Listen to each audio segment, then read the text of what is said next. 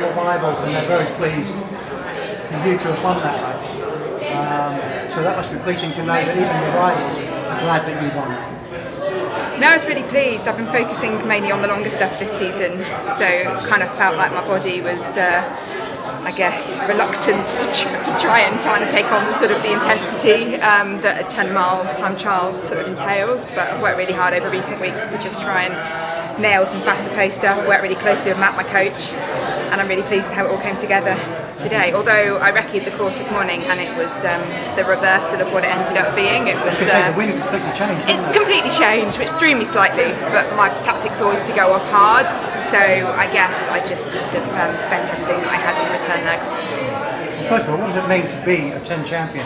Because as distances go, it's probably the most common distance that time trials are held.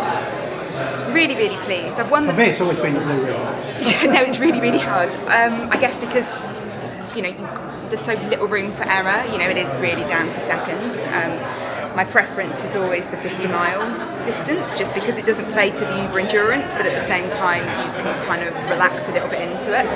So I guess mentally, I found it much more challenging, but I think the thing today was always just to dig deep. Posted a power PB of the season.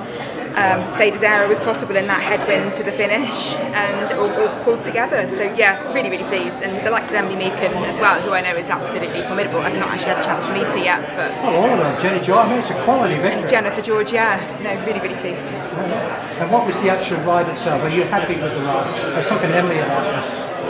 Regardless of the result, was the ride as good as you hoped it would be?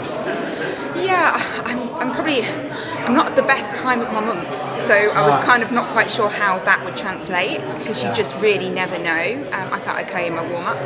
I felt a bit flat in sections, but then I think what that enabled me to do is probably race a bit more smartly, so I really, really put down the power where the power was needed. So by maybe not feeling like you're in favourable form for the day, I guess it just changes your tactics and probably actually works in your favour in a roundabout way, because you're forced to actually be intelligent about racing rather than just being a bit more gung-ho and potentially putting out too much too soon. And as I was just saying to you, I remember when I was I do all the results of time trials and stuff, and I remember you beating Kevin Tide down the rubric.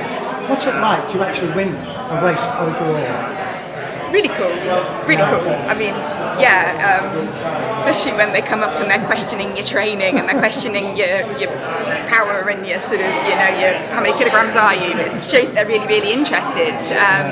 And I think it's great for women's cycling. I mean, it's a super, super strong in the UK.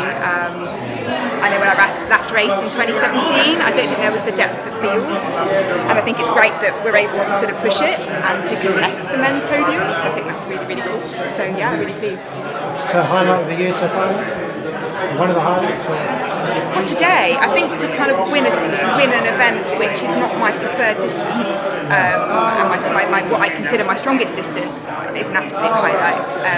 Winning the 50 was secondary, but then I love the 50. I can ride a 50, it's my bread and butter. It's a long way, but it's I don't know, it's just, you can relax, you can hydrate, you can take on some fuel. With this, it's just eyeballs, which, so as I say, a bit more in the brain. So overall, it's been a good year. You feel happy with your form this year. You've come back from all the issues before. Yeah, I really went into the year with I was realistic expectations. I got COVID in 2020 and ended up with pneumonia off the back of it. So I really, really struggled to return to the intensity of training. So 2021 was a bit of a non-starter. Kind of started, realised I couldn't quite take it, my body wasn't ready, so then eased off. But I think the break did me the world of good. Enabled me to sort of really work on what I wanted. Came into this season with little expectation on myself. And yeah, really, really pleased. And as I say, my coach Matt has been fantastic support throughout. Matt Rochford throughout. Yeah, no, he's been great. Yeah, called me within minutes of finishing. He's on it, and really, really great support. Right, finally, what now for you? Is this pretty much it? Got a couple of hill climbs. Not built for hill climbs.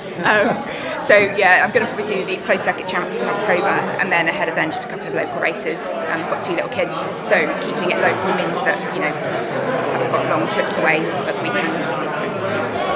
Thank you very much.